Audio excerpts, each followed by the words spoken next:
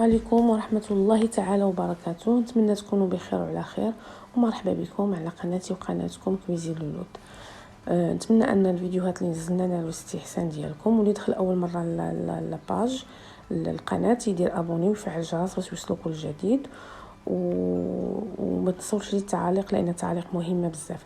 اليوم غادي نديروا واحد لاطارت بالبعويد بالاجاص، طارطو بواغ زوينه راقيه وما فيهاش بزاف ديال لي تكنيك ولا بزاف الخدمه، كتجي راقيه زوينه. تبعوا معايا وهانتوما غادي تشوفوا. نبداو على بركه الله. حاجتنا بواحد الكميه ديال البعويد، انا حيت عندي صغير درت 6 البعويدات.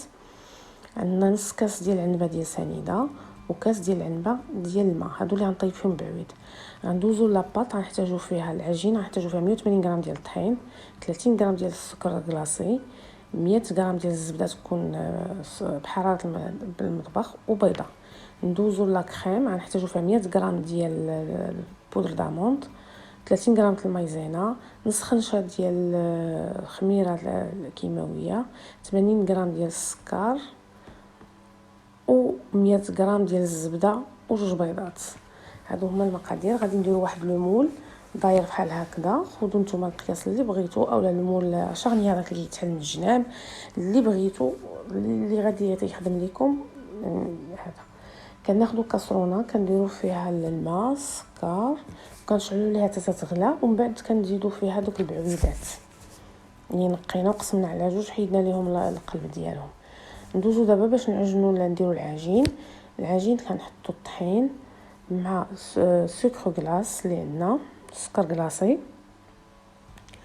والزبده، وكنخدموهم. ما كتحتاجش الخدمه، غير كتجمع، غير كنجمعوها تتجانس لينا العجينه وصافي.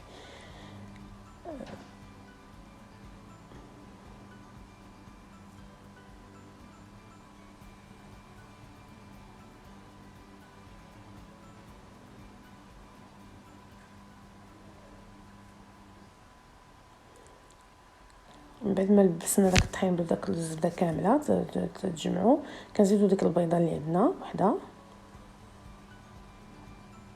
وكنخدموهم بهذه الطريقه. غير كنجانسوا العجين، ما تندلكوهاش وما نخدموهاش بزاف، غير تجمع.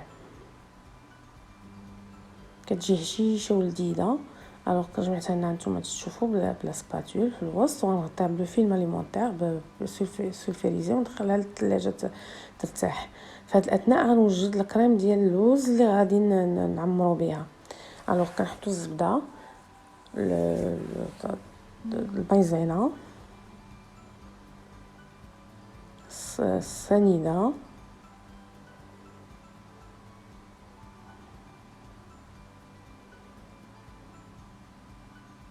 كنخدموهم بالباطور ولا بالمضرب اليدوي اللي بغيتو، ولا بالروبو اللي عنده الروبو بغا يخدم به. المهم انا خدمتها هنايا بالباطور. كنخدموها حتى تولي لنا اون بوماد، تتولي لنا على شكل بوماد. من بعد كنزيدوا البيضه وحده بوحده، كندخلوا الاولى وكنزيدوا الثانيه. فوالا حنا كنضربوا حتى تولي لنا واحد بحال شكل موس، بحال شكل رغوه.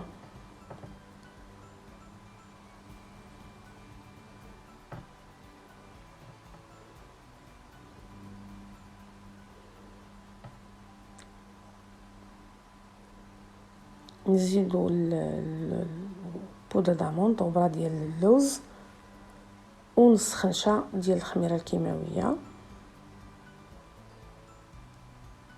وكنضربوهم عاوتاني نجمعوهم هاد العمليه كلها ما كتاخذش اكثر من 2 دقائق.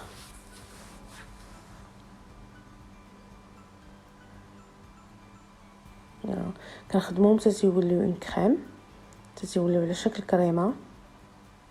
هانتوما شوفوا القوام ديالها كي تتكون، تجي زوينه ورائعه. كنجبدوا العجينه ديالنا من الثلاجه، كنخدموها ما بين 2 ورقات، ما بين 2 ميكات اولا 2 طروفه ديال الكاريط الزبده، اولا الطريقه اللي كتخدموا بها لاباط العجينه الصابلي.